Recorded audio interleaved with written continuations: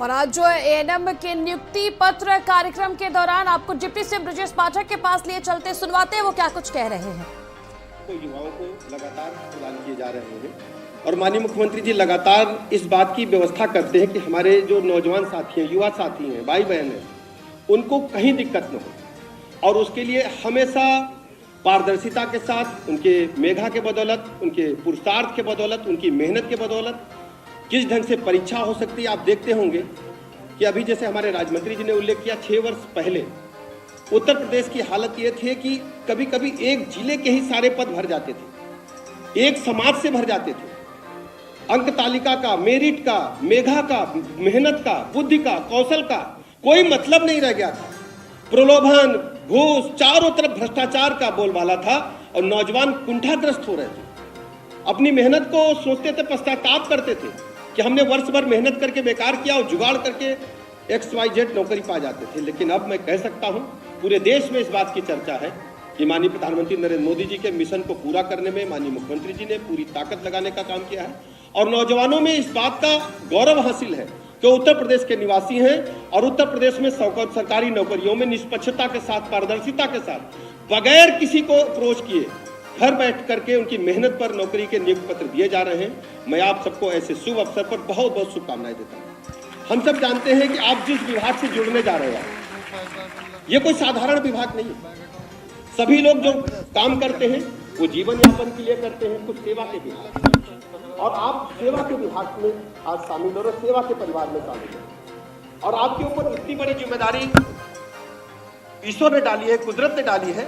हम लोग तो कस्टोडियन हैं, लेकिन हम जिम्मेदारी के साथ कह सकते हैं कि स्वास्थ्य महकमे में हम सबको आज शपथ लेना होगा। इसके साथ ही शपथ तो आपने उस दिन ही ले ली थी जिस दिन आपने पास किया था एग्जाम, लेकिन शपथ लेना होगा कि उत्तर प्रदेश में हम हर व्यक्ति को निरोगी काया देने का काम करेंगे, उनको स्वस्थ करने का काम करेंगे। और आप पर गुरुतर दायित्व इस बात का है कि 5000 आबादी पर हमने एक उपकेंद्र खोलने का काम किया। आज हमारे पास 25,848 से अधिक उपकेंद्र हैं और सभी उपकेंद्रों पर हमने CHOs की नियुक्ति की।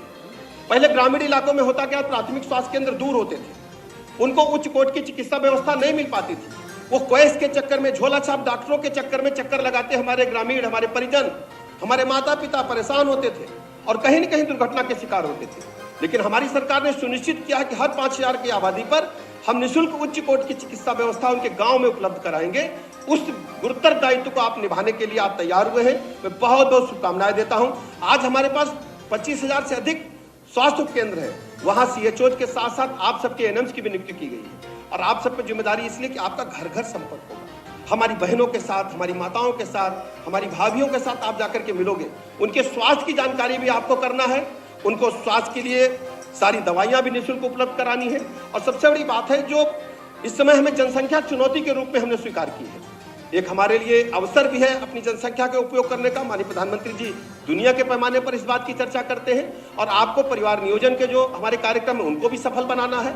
हमारे जो छोटे छोटे बच्चे नवनिहाल हैं, नवजात शिशु हैं, उनके स्वास्थ्य की भी जानकारी, उनके टीकाकरण की जिम्मेदारी आप सब पर आएगी।